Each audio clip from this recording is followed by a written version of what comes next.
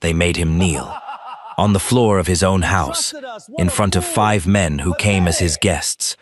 The most powerful man in the city was forced down onto his knees while phones came out and started recording. Chairman Pio Mansik walked up slow, looked at the man who had once forgiven his debt and saved his family from ruin, and spat at his feet. He said mercy was always just weakness, wearing a good suit. Nobody moved.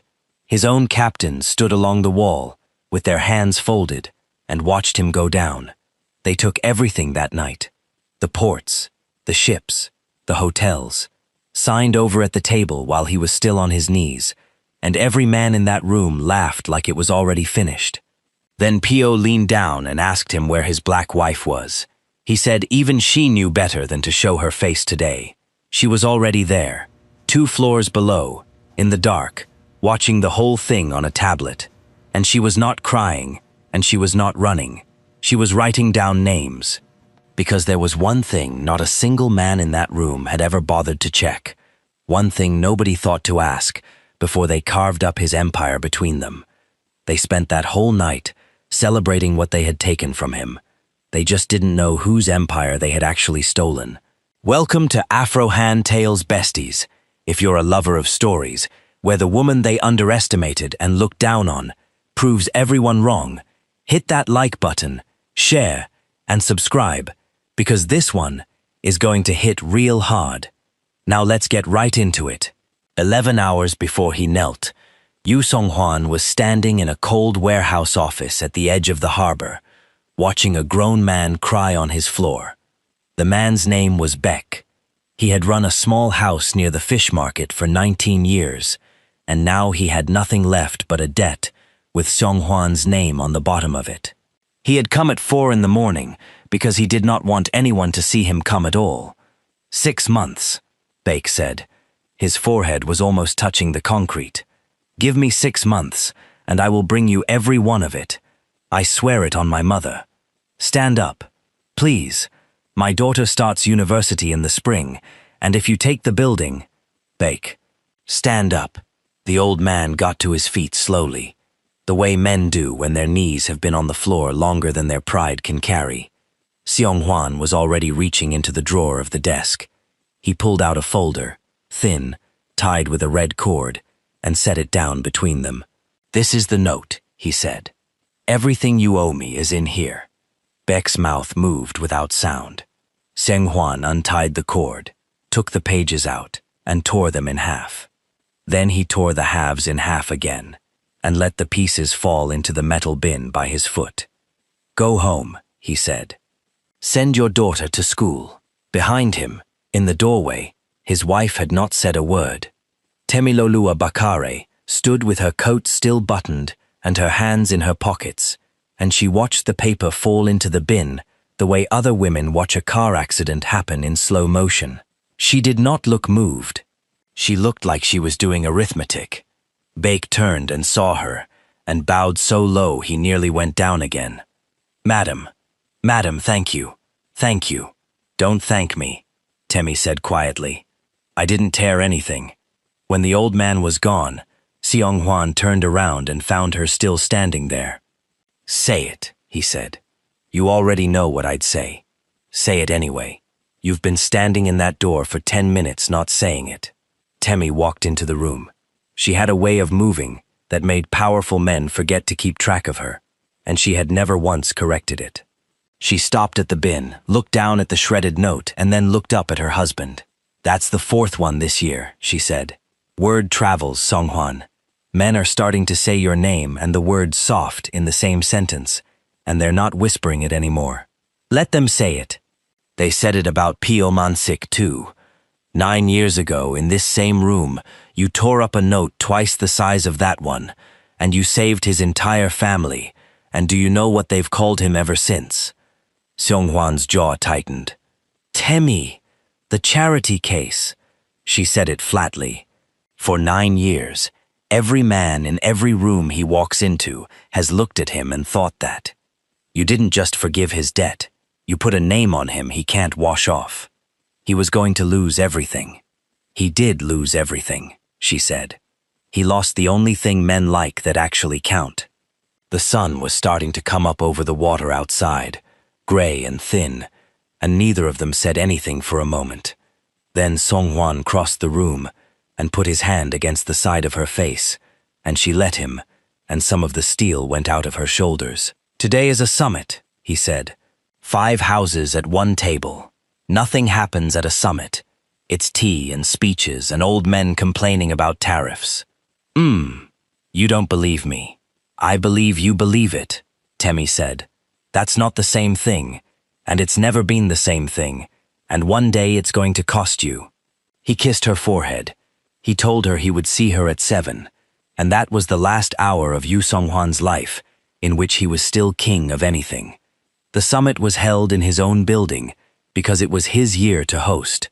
40 floors of glass over the harbor, the top 3 cleared for the day, staff moving in and out with trays and folded napkins, and no idea what kind of men they were pouring for. The 5 houses arrived within 20 minutes of each other. Nobody was late. Nobody ever was. Temi counted the cars. She was standing at the mezzanine rail above the lobby, with a glass of water she had not touched, and she counted them as they came up the ramp, and by the 3rd house she had stopped drinking entirely. Every head brought 2 men. That was the rule. It had been the rule for 30 years. 2 men, and they wait in the lobby. The eastern house brought 2. The southern house brought 2. Puhyomansik's convoy came up the ramp with 4 vehicles in it, and the last 2 were a catering van and a linen truck, and neither of them went around to the service ramp, where every delivery in that building had gone for 6 years. They went down into the parking level, and they did not come back up. Temi set the glass on the rail. "Ngozi," she said, "where is the boardroom feed stored?" "The private server, ma'am. The one you had installed during the renovation. Is it running?" "It's always running." "Nobody's ever asked me to." "Bring the tablet," Temi said, "and bring the master key for the mechanical rooms. We're going downstairs." Ngozi stared at her. "Ma'am, the summit hasn't even started. Shouldn't we tell him?" "Tell him what?" Temi was already walking.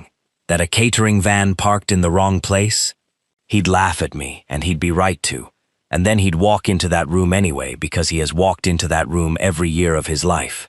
She hit the stairwell door with her shoulder. "So I'm not going to warn him. I'm going to watch." Upstairs, Chairman Puhyomansik came last, and he came smiling. He was a compact man in his 60s, with silver hair combed flat, and a habit of touching people when he spoke to them. On the elbow, on the shoulder, small, friendly touches that always felt like measurements. He took Seonghwan's hand in both of his at the door. "9 years, Pyo said warmly. 9 years since you saved my house, and I have never properly thanked you in front of everyone." "There's nothing to thank." "There is." Hutyo's smile did not move. "Today, I intend to correct it." Songhwan did not hear the second sentence the way it was meant. That was the whole tragedy of the man. In one small missed beat, in a doorway, at 10 minutes past 7. They sat. Tea was poured. The talk went where it always went. Tariffs and harbor fees and which inspector had suddenly grown expensive. And for 40 minutes, the meeting was exactly as boring as Seonghwan had promised his wife it would be.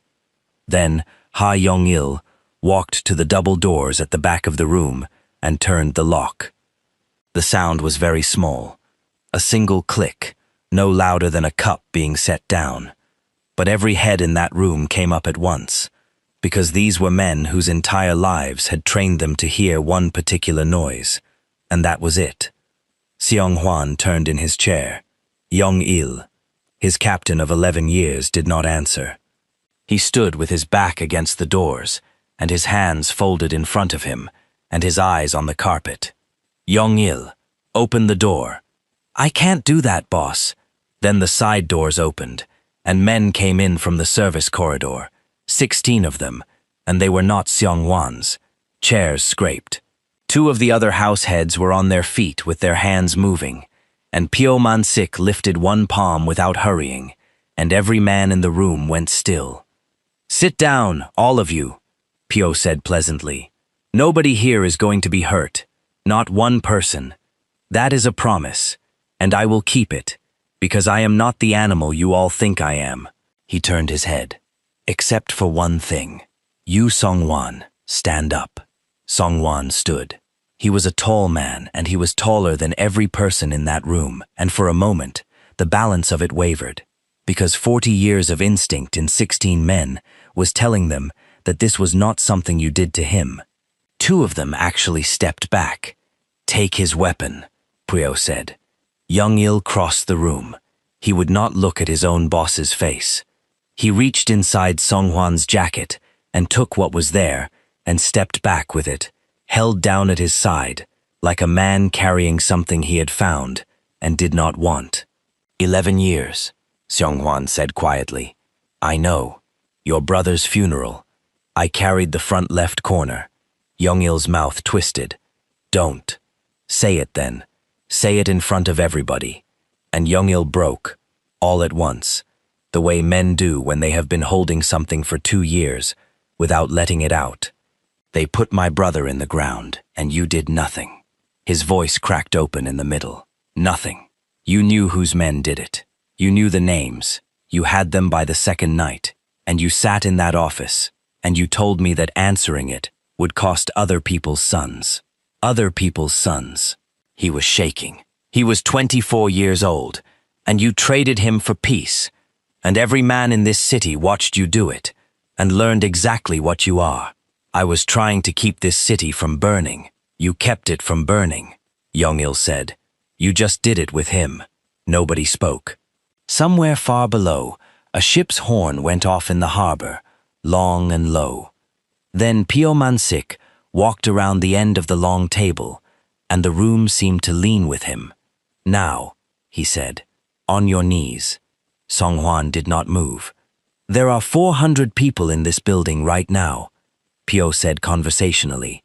Kitchen staff, cleaners, 2 floors of your own accountants who came in on a Saturday. Your cousin's boy is downstairs at the security desk. 19, isn't he? Terrible skin, very polite. He tilted his head.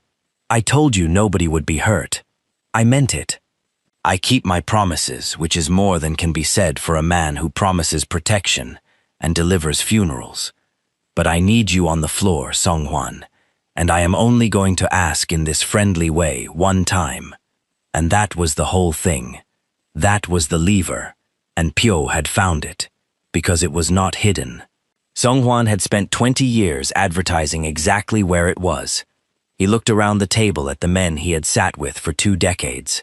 Then he lowered himself down onto the carpet of his own boardroom. First one knee, then the other. The sound the room made was not a gasp. It was worse. It was a kind of exhale, all together.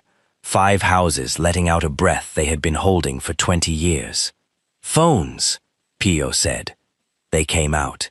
8, 9, 10 of them, held up in a ragged half-circle, red lights on, and the men holding them were laughing now, low and giddy, the laugh of people who have just watched a thing they were told was impossible. Pyo crouched in front of him, close enough that Song-hwan could smell his cologne. 9 years I have carried the name you gave me, he said softly. The charity case, the dog you Song-hwan fed.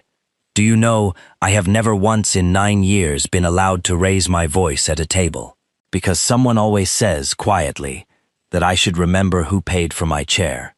His face did not change. You did not save my house. You put a collar on it. And I have thought about this morning every single day since. He straightened up, and he spat, and it landed on the carpet an inch from Song-hwan's hand. Mercy, Pyo said, was always just weakness wearing a very good suit. The papers came out then, and this was the part that took the longest, and the part that no one filmed, because it was only paperwork, and paperwork is not entertainment. Transfer documents. 9 of them, thick, already drawn, already stamped, prepared weeks in advance by lawyers who had known this day was coming, while Song-hwan was still tearing up other men's debts at 4 in the morning. The container terminal on Pier 6, the bonded warehouses, 3 hotels, the shipping line with 41 vessels in it, the casino license on the east side. All of it, page after page, slid across the polished wood to a man kneeling on the floor while somebody held his shoulder down. Sign, he signed. He signed all 9 because 400 people were in the building and because he was exactly what everyone in that room had always said he was. Only one man in the room tried to stop it. Du Guangchil ran the Southern House, and he was 71, and he had known Song Huan's father. He pushed his chair back halfway through the 7th document. "This is too much," he said. "Take the terminal, take the ships. But this," he gestured at the floor, at the phones, at the whole shape of it. "This is not how it is done. Let the man stand up." Pyo Mansik looked at him for a long moment with great affection. "Guangchil," he said, "you have 3 documents in front of you, with your house's name on them, 2 hotels, and the Eastern license. Would you like me to take them back?" The old man's mouth opened. "Because I can take them back," Pyo said. "Right now, in front of everybody, and then you can go home and explain to your sons why you were the only man at this table who left with nothing, because you felt sorry for the man who let your nephew's killers walk free in this city for 2 years. He smiled. "Sit down, uncle. Sign your name. Or stand up and join him on the carpet, and we will all find out together how it is done." Du Guangchil sat down. He signed all 3. He did not look at the floor again for the rest of the night, and that was how Pyo took the room. Not with the 16 men in the corridor, but with 3 pages of paper and 1 question asked out loud. When the last page was done, Pyo gathered them up and tapped them square against the table, neat as a schoolteacher. "Now," he said, "one more thing, and then we can all have a drink." He looked down. "Where is she?" Song Huan's head came up for the first time. "Your wife," Pyo said, delighted. "The African girl. The one you married in front of everybody so we would all know how modern you were." He looked around the table for his audience, and he got it. "I've been watching that door all evening. Nothing. Not one word from her. Not one call." "Leave her out of your mouth. She's not stupid, that one," Kakyo said. "I'll give her that much. Even she knew better than to show her face here today.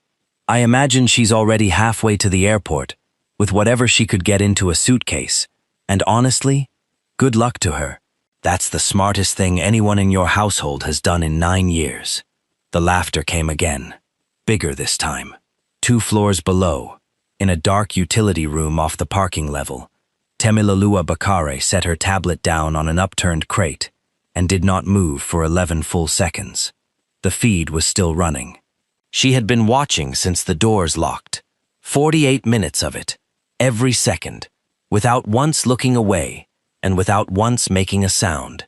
There was a security camera in the corner of that boardroom that fed to a private server, and there was only one reason it existed, and it was not Song Huan's reason.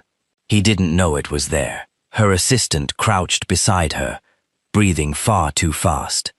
Ngozi Ume was 29, wore glasses she was always pushing up, and had never in 4 years seen her employer's face do what it was doing now, which was absolutely nothing. "Ma'am," Ngozi whispered. "Ma'am, we have to call someone. The police, or..." "No." They made him kneel. They put a phone in his face and they made him... "I watched it." Temmie's voice was very even. "I watched all of it." She picked up a pen. She turned the tablet over, and on the paper sleeve of the case, she began to write. Ngozi leaned in and saw a list forming in small, neat capitals. Pyo Mansik, Ha Yong-il, then Sung, then Do Guangchil, then Baekhyun of the Eastern House, and the 2 lieutenants who had held her husband's shoulder down, whose names she did not know yet, so she wrote what they were wearing instead. "Mom!" Gozi's voice was shaking. "What is that?" Temmie did not look up from the writing. "An invoice," she said. Getting him out took 19 minutes, and 11 of them were spent standing perfectly still inside a linen cupboard on the 22nd floor, while 4 of Pio's men walked past close enough that Ngozi could hear one of them chewing gum. Temi knew the building better than the men holding it, and there was a reason for that. And the reason was that 6 years earlier, she had personally financed the renovation of every service corridor, freight route, and back stair in it. She had read the drawings. She had walked them. She had asked why there was no second exit from the East Mechanical Room, and paid to have one cut. They almost lost him at the freight lobby. The doors opened onto the 12th floor, and there was a man standing 4 meters away with his back to them, talking into a radio, and Ngozi made a sound in her throat that would have finished all 3 of them if Temi had not put a hand flat over her mouth and walked her backwards into the dark of the chase. Seonghwan could not walk backwards. The knee would not do it. He went down onto the concrete on his good side, hard, and the sound of it carried, and the man on the radio stopped talking. Footsteps. Coming. Temi reached out, without hurrying, and pressed the call button for the second freight car at the far end of the corridor. 40 meters away, in the dark, a bell rang, and a set of doors rolled open onto an empty shaft lobby. The footsteps turned and went the other way. She had them moving again before the man had finished crossing the floor, and she did not say anything about it afterwards, and neither did Ngozi. But the younger woman would think about that call button for the rest of her life, about the fact that her employer had not panicked, had not frozen, had simply reached out and moved a man 40 meters with the tip of one finger. They took him down through the laundry chase and out the delivery bay on the north side, where a plain gray van was already idling with the plates removed. He was in a bad way. Not the worst. Nobody had beaten him. That had not been the point. But the 2 hours on that carpet had done something to his knee that would never fully undo, and his hands would not stop trembling, and there was a strip of blood at his hairline from where someone had leaned on him a little too hard when he tried to stand at the end. The safe house was an apartment above a dry cleaner's in a neighborhood where nobody in this life ever went. Ngozi got the door. Temi got her husband into a chair. He sat there for a long time, with his elbows on his knees, looking at the floor. "Say it," he said finally. It was the same thing he had said to her at 4 that morning, in the warehouse office, in another world. "I'm not going to say it. You warned me. You've been warning me for 9 years. Seonghwan. I want you to say it," he said, and his voice cracked. And that was the first time in 11 years of marriage that Temilolua Bakare had ever heard it do that.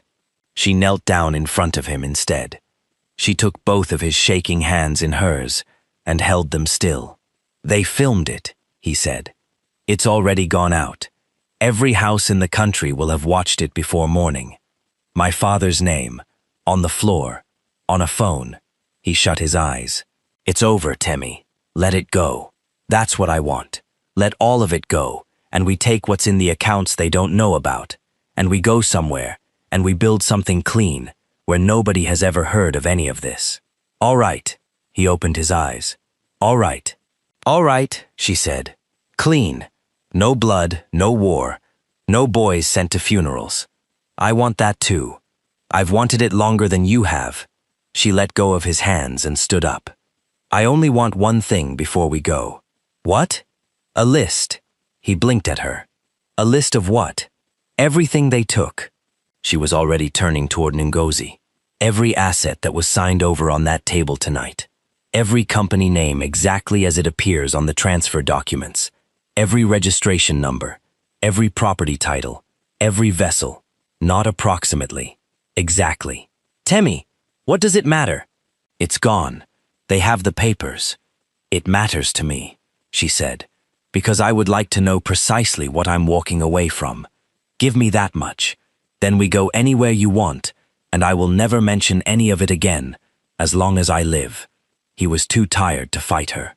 That was the only reason he agreed, and he agreed the way a man agrees to something he considers harmless, and he was asleep in the chair within 20 minutes. Ngozi worked all night at the kitchen table. It should have taken her 3 hours. It took her 7, and it took her 7 because of what started happening at around the 4th one. Temi found her at 5:10 in the morning, sitting completely still in front of the laptop, with her glasses pushed up on her forehead and both hands flat on the table. And it took a moment to recognize the expression on the younger woman's face, because it was not fear. Ngozi. No answer. Ngozi. Ngozi Ume looked up very slowly. Ma'am, she said, can I ask you something? And I need you to not be angry with me. Ask. Pier 6 Terminal Holdings. She said it carefully, like she was carrying something full to the brim. It's a clean corporate entity, 12 years old, no liens on the public register. That's what everybody sees. That's what their lawyers would have seen when they drew up the transfer. She swallowed. But the terminal was refinanced in the 3rd year. The whole thing. The debt was moved off the domestic banks and bought out privately by an offshore lender, and it has never left that lender since. Go on. The warehouses, same lender. The shipping line, same. All 41 vessels are mortgaged against a single facility, and it's the same one. Her hands had started to shake. I ran 9 of them, ma'am. 9 of the assets on that transfer list.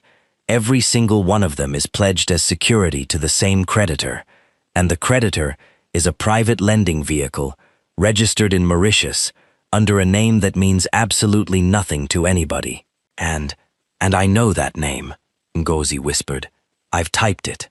I've typed it 400 times in 4 years. It's on the wire instructions I process every quarter. It's your book, ma'am. That's your book. Temi pulled out the chair opposite and sat down. Say the rest of it, she said. They don't own the empire. Ngozi's voice had gone up. They don't own any of it. They signed transfer documents for the equity, but the equity is worth nothing, because every single asset underneath it is collateral. They took the shell. You are holding the paper. She pressed her palms against her eyes. Ma'am, they didn't steal his empire from him. They stole a building you already hold the mortgage on. All 5 houses. On camera, laughing. Behind them, in the doorway, Yu Songhwan said, "What did you just say?" Neither woman had heard him get up. He was standing with one hand on the frame, holding his weight off the bad knee, and he was looking at his wife the way you look at a stranger who has just called you by a childhood name.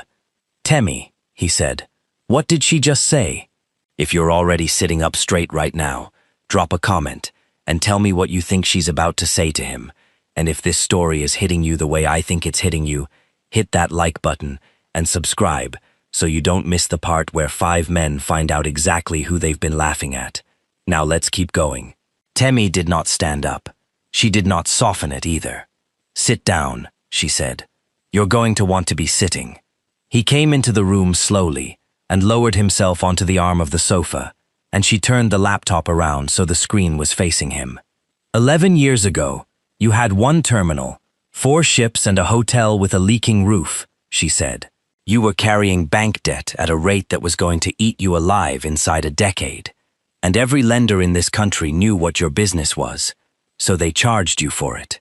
You were being bled, Songhwan, slowly, politely, by men in good offices. I know what I was carrying. You don't know what happened to it. She tapped the screen. In the 3rd year, it was refinanced. Every note, bought out at par by an offshore lender nobody had heard of, at a rate 240 points below what you were paying, and you were so relieved that you never once asked who was on the other end of it. My finance chief said it was a Singapore fund. Your finance chief was told to say that. The room was very quiet. It was me, Temi said. It has been me for 9 years. Not shares, not a stake. I never wanted a stake. A stake is just a seat at a table, and men take seats away from women all the time. She closed the laptop. I own the debt. I own the paper underneath every asset you have ever built, and every one of them is pledged to me. And there is not 1 warehouse or 1 ship or 1 square meter of that terminal that moves without my signature on it. Seong-hwan stared at her. Where? He said, and stopped, and started again. Where does a woman get the money to buy out 900 million in bank debt? And Temi Bakare laughed. It was not a nice laugh. It was 11 years old. She earns it, she said. Every single one of it. Alone. in a building where nobody would say her name correctly for 6 years.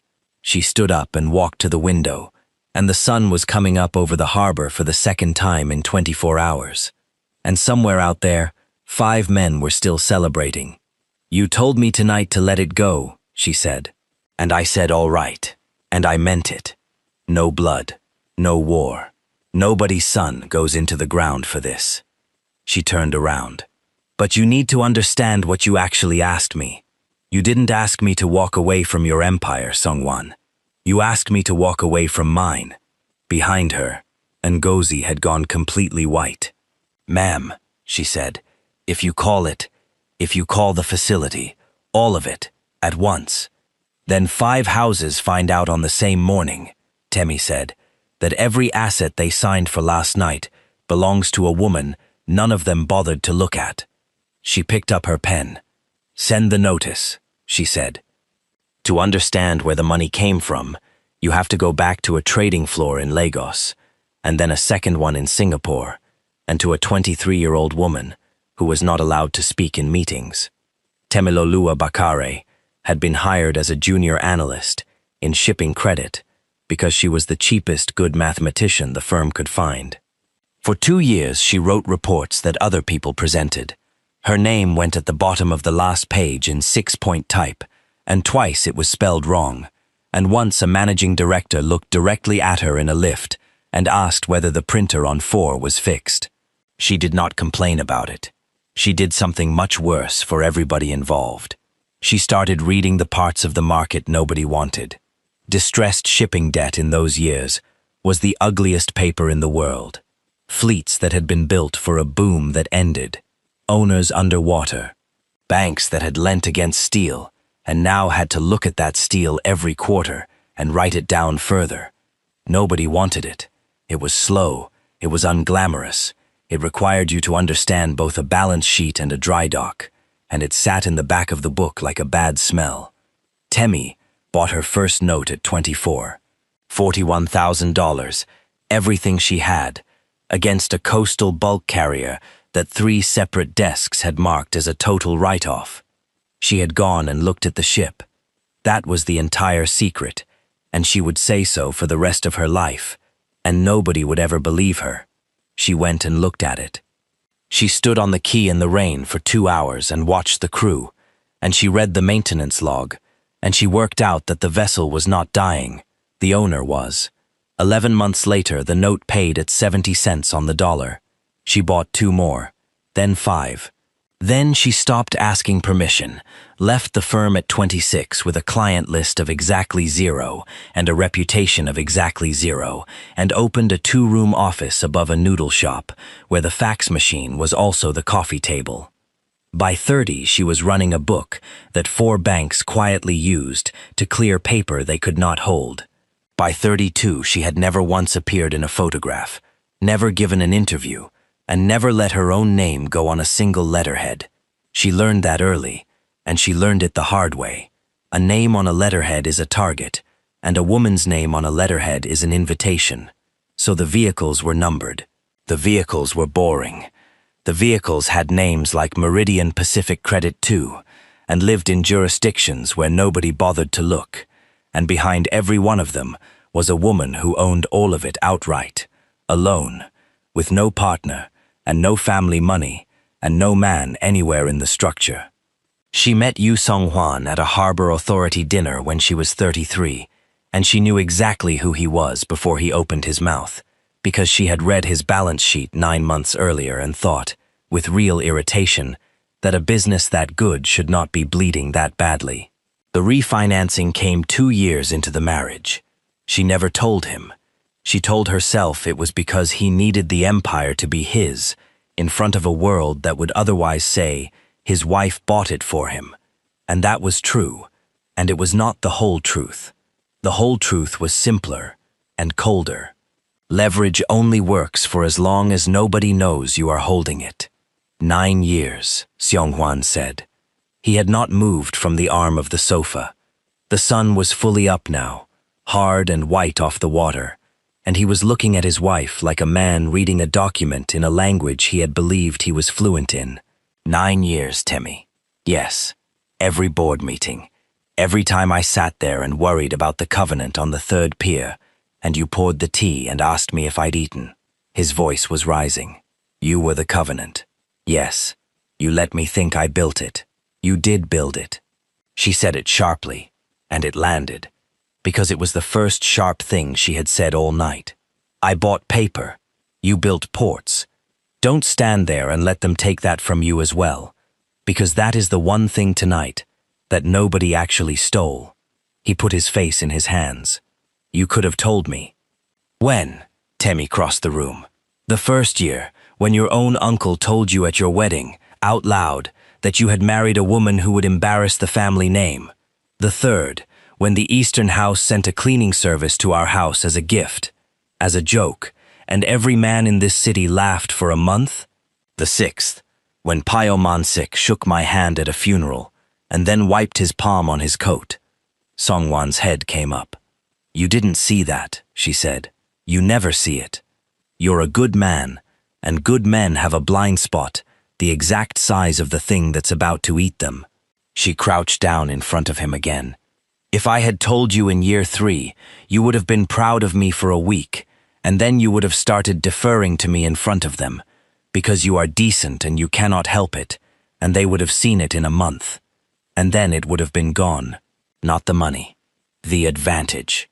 The only thing that has kept a hand off my throat for 9 years is that not one of those men has ever once thought I was worth a second look. She took his hands. They still don't, she said. Right now, this morning, while they're drinking. That's not a wound, Songhwan.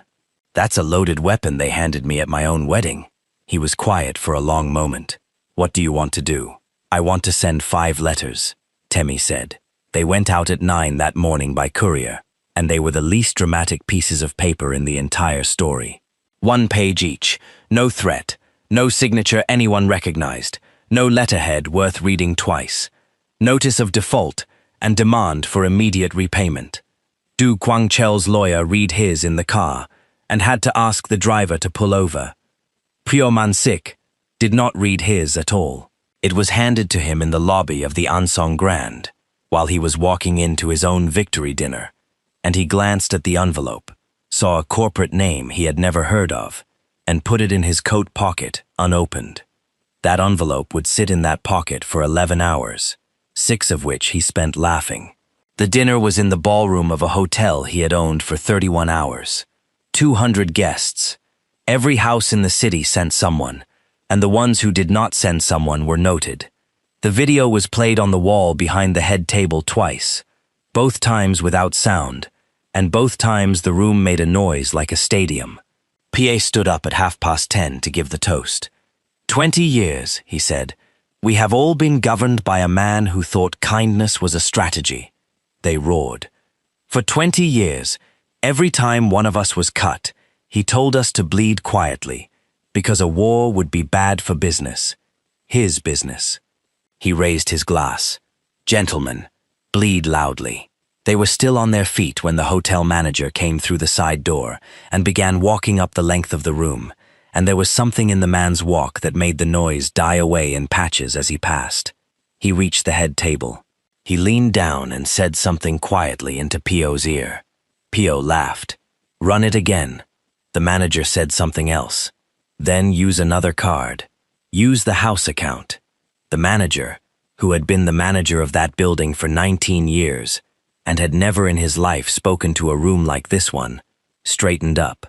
He was very pale, and he did not lower his voice, because he had been told exactly what to say and by whom, and he had decided that if he was going to lose his job, he would at least be able to describe this evening to his grandchildren. Chairman, he said, the house account has been suspended by the property's lien holder. As of 6 o'clock this evening, the Ansong Grand does not extend credit to you. The silence started at the head table and went out across the ballroom like something spilled. I own this hotel, Pio said. Sir, the manager said, the hotel is pledged. It has been pledged since before you acquired the shares. I have been instructed by the creditor to inform you that all facilities are frozen pending repayment, and I am very sorry, but I am also instructed to ask you and your guests to settle this evening in cash. 200 men in one room, and not one of them was looking at the manager. They were all looking at each other. By Tuesday, it was not a rumor, it was weather. The vessel Hanbit Star came up the channel at dawn on Monday, carrying 11,000 tons of steel coil, and was told to hold position outside the breakwater. She held for 6 hours. At noon, her master called the harbor master's office for the 9th time and got a man who had clearly been given a script. Berth allocation is at the discretion of the terminal operator. I am the terminal operator. Sir, the terminal operator of record is Pier 6 Terminal Holdings, and Pier 6 Terminal Holdings is in default. The lien holder has instructed us not to accept cargo against the account. Then I will pay the berth fee myself, out of my own pocket, right now. Sir, the man on the radio sounded almost sympathetic. It isn't the money. The Hanbit Star turned around at 4 in the afternoon and steamed for a port 240 nautical miles away. And every ship's master in the country heard about it before she got there. And by Wednesday morning, 3 insurers had cancelled cover on the entire fleet. Because underwriters do not like the word default, and they like the phrase refused entry even less.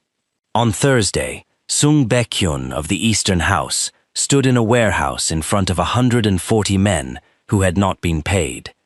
He had prepared something. He got about 9 words into it. There's been a delay in the... How long a delay? It's administrative. It's a banking matter.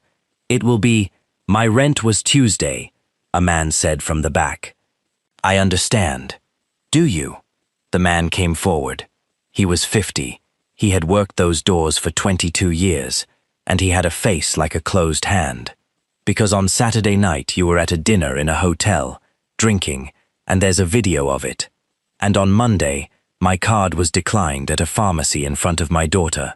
He stopped a meter away. You went and took a man's ports off him and you couldn't even hold them for a week. Nobody laughed. That was somehow the worst part.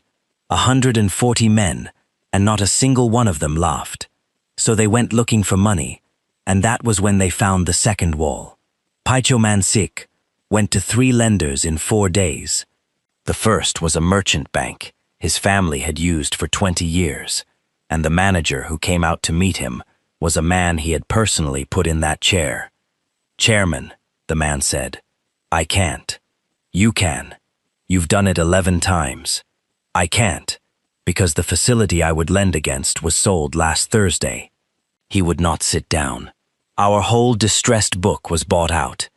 Every loan on this floor with your family's name attached now sits with somebody else, and the terms came with a covenant, and the covenant says, no new exposure to the 5 houses without the holder's written consent. Then get the holder's consent. Chairman, the man said, the holder is the reason the covenant exists. By the end of that week, it was the same at the second bank, and the same at the third, and the same with the 2 private lenders in the South, who had never refused anybody anything. Every financial lifeline the 5 houses had ever used had quietly changed hands over 9 days, and every one of them now answered to the same signature, and not one of them had been bought with anything louder than a wire transfer. Nobody was threatened. Nobody was touched. Not one shot was fired in the entire collapse of the 5 houses of that city, and that was, in the end, the part that frightened them most. The lawyers assembled it over the weekend and delivered it on Monday in a conference room in the city, 5 houses in one place, for the second time in 9 days, and the atmosphere could not have been more different. The senior partner did not sit down. I'll do this quickly, he said, because you're going to want to shout, and I would rather be finished before you start. He put 1 page on the table. You did not acquire an empire. You acquired shares in 9 holding companies. Those shares were validly transferred, and they are absolutely yours. He tapped the page. Underneath those companies are the actual assets: the terminal, the berths, the warehouses, the vessels, the 3 hotels. Every one of those assets was pledged as security against a single credit facility 9 years ago. That security has priority over your equity. It always did. It is on the security register, and has been since the year it was granted, and any competent search would have found it. We had a search done, Du Guangchul said. You had a company search done, the lawyer said. You searched who owned the boxes. You did not search what was inside them. That's the same thing. It is emphatically not the same thing, and that distinction is going to cost this room everything it has. He let that sit. The facility has been called, all of it, simultaneously. Repayment was demanded 9 days ago, and none of you has paid, so the creditor is now entitled to take possession of every pledged asset, and has begun doing so. You are, in the plainest terms available to me, shareholders in 9 empty boxes. Somebody's chair went over. Who? Pyomansik said. He had not raised his voice. Who is the creditor? The registered holder is a lending vehicle in Mauritius. I did not ask what it is registered as. I asked who it is. I don't know, the lawyer said. Nobody does. That structure has been in place for 9 years, and there is no name on it anywhere. Whoever built it so that this exact question could not be answered, and it might have stayed unanswerable, except for one man who had been sitting quietly at the far end of the table for the entire meeting, with his hands under the table, so nobody could see them shaking. Ha Yong-il had been given a captaincy and a percentage. 9 days later, the percentage was worth nothing, and the men who had promised it were bankrupt, and he had already worked out that when the accounting was finally done, the man who unlocked the doors was going to be the cheapest thing in the room to sell. So he sold something first. He asked for a meeting with Piao alone. He asked for a number. He got half of it, and then he said, the wife. Piao looked at him. 9 years ago, when the refinancing went through, I drove the finance chief to the airport, Yong-il said. He was carrying documents he wouldn't put in the boot. He held them on his lap the whole way and he was sweating, and when I asked him who the counterparty was, he told me it was a Singapore fund. He swallowed. Then he said something else. He said, and I've thought about it for 9 years, he said. Don't ever let her hear you ask. Her. Temilolua Bakare, Ha Yong-il said. It's her. It's been her the whole time. She's the creditor. Pulyomansik sat completely still for 11 seconds. Then he started to laugh, and it was not a good laugh, and it went on far too long, and when it stopped, his face had nothing in it at all. Bring her to me, he said. They did not have to. She came on her own at 11 the next morning, in a taxi, with no security, and no lawyer, and one flat leather folder under her arm. PCO's men searched her at the door of the tea house, and found nothing, because there was nothing, and she stood there with her arms out, while they did it, and looked at the wall over their heads. Then she walked into the back room where the last powerful man in the city was waiting for her, and she sat down opposite him without being asked. Chairman, 9 years, Puo said. 11. You sat in my house. At my mother's memorial, you brought flowers, white chrysanthemums, Temi said. You shook my hand, and then you wiped your palm on your coat. Left side, I watched you do it in the mirror behind the flowers. The muscle in his jaw moved once. You understand what happens now, he said. You understand that whatever paper you hold, there are 11 men in this building, and there is a car in the alley, and there is a very large amount of water in this city. I do. Then why are you here, alone, with no one? Temi opened the leather folder and took out a single document and slid it across the table. Pio looked down at it. It took him a moment. Then his hands, which had been perfectly still, stopped being still. It was a deed. It was the deed to a house in the hills above the city, 4 bedrooms, a walled garden, the house his father had built in 1971, and the house his 2 daughters had grown up in, and the house his wife had died in. This was sold to a trust 6 years ago, he said, by your son-in-law, to cover a debt. Yes. Temi did not touch the paper. You've been paying rent on your own family home for 6 years, to a company you've never heard of. You thought you were paying a Japanese property fund. You were paying me. Pyomansik looked up at her, and for the first time since the night he had spat on a carpet, there was something recognizably human in his face, and it was terror. What do you want?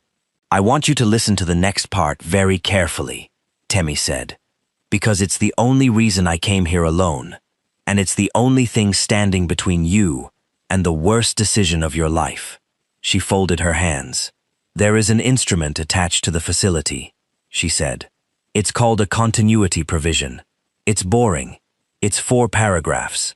It says that if I die, or if I am incapacitated, or if I cannot be reached for verification at 9 o'clock on any 2 consecutive business mornings, the entire book transfers automatically to a trust administered by 3 institutions in 3 countries, none of whom have ever met me, none of whom can be reasoned with, and none of whom have any interest in this city at all. And the trust has one standing instruction, she said. Call everything, immediately, all of it, on the same morning, with no negotiation, no restructuring, and no discretion, and then liquidate. Not just yours, Chairman. Every note I hold in 9 countries. 410 million in this city alone would be called before lunch and sold to strangers by Friday. The room was very quiet. You put your hands on me, Temi said, and you don't just fail to save your house. You detonate it. You and Do Guangchil and Sung and the Eastern House and every supplier and bank and lender in this city that has ever touched any of you. All of it goes at once, and it goes automatically, and it goes even if you kill me, and especially if you kill me. She let it settle. I built the trap, Chairman, and then I made myself the trigger. That is why I could walk in here alone this morning, with nothing in my hands, and you and I both know it. Pyomansik stared at the deed to his father's house. You're not going to shoot me, Temi said quietly. You're going to walk me to the door, and on Friday, you're going to come when I call you. He walked her to the door. If your heart is racing right now, do me a favor and hit that like button and leave a comment telling me what you'd have done in her shoes, because the next part is the one you clicked for. Now let's finish it. They gathered on Friday because there was nothing left to divide, and they gathered in the same boardroom on the 40th floor because Pyomansik no longer had a building of his own to offer. 5 heads, 9 days from the top of the world to this. Yu Songhwan came in at 11 with a walking stick he would use for the rest of his life, and sat down at the head of the table, in his chair, and every man in the room stood up when he entered, and 2 of them could not look at him. Du Guangchil spoke first, because he was the oldest, and because his sons had made him. We were wrong. Yes, Xionghuan said. There are 40 families under my house. 40. Their children are in school, and their mothers are in hospitals, and none of it is paid this month. The old man's voice went. I have known your father. I carried his coffin. I am asking you, in front of everyone, for mercy. Sung Baekhyun asked next. Then the Eastern House. Then, last, in a voice nobody had ever heard him use, Chairman Pyomansik. I ask as well, he said. Yu Songhwan looked around the table for a long moment. You locked my doors, he said. You made me kneel in my father's house, and you filmed it, and you sent it to every man in this country. My wife had to carry me down 12 floors in the dark. He set the stick against the table. And I have thought about it every hour since, and I keep arriving at the same place, because I am who I am, and I am too old to become somebody else now. He said it clearly, so that nobody could later claim to have misheard. I forgive you. The room went out like a held breath. Somebody actually put their face in their hands. Du Guangchil reached across and gripped Xionghuan's wrist, and could not speak at all. And then the doors at the back of the room opened. Temilolua Bakare walked in. She was not dressed for a boardroom, and she was not dressed for a funeral. She had one plain black briefcase in her right hand, and Ngozi Ume 3 steps behind her, and she crossed that long carpet in complete silence, while 5 men who had never once looked directly at her watched every step. She set the briefcase on the table. Then she looked at them, one at a time, unhurried, all the way around, at the man who had held her husband's shoulder down, at the man who had raised his phone, at Do Guangchel, who had sat back down, at Sung, who had laughed, and last and longest, at Chairman Pyo Man-sik, who had spat on a carpet and asked a room full of men where the African girl was. "My husband forgives people," she said. She opened the briefcase. "I don't." And what she took out was paper. Contracts. 5 of them, bound, thick as a phone book, and she slid one down the table to each man with the flat of her hand, and the sound of them traveling across that polished wood was the only sound in the room. "Read the first page," she said. "The rest is mechanism." They read. "Every enterprise you run that touches anything I would be ashamed to explain to a court is surrendered, dissolved, sold, or transferred, on a schedule, verified quarterly. Everything taken from my husband is returned. Every person harmed by any of you in the last 20 years is compensated out of a fund the 5 of you will finance, and I will administer. And there is a list of names attached, and I compiled it myself, and it is longer than you think." She did not raise her voice once. "You leave this life, permanently. You do not advise, you do not consult, you do not sit at anybody's table and offer wisdom, and you never build another one of these as long as you live. And if we sign," Sung said hoarsely, "the debt, restructured, 20 years, you keep your houses and your families keep their names. And if we don't?" Temi looked at him. "Then I call the facility on Monday morning," she said, "and by the end of that week, there is not one asset, one account, one property, or one chair belonging to any man at this table.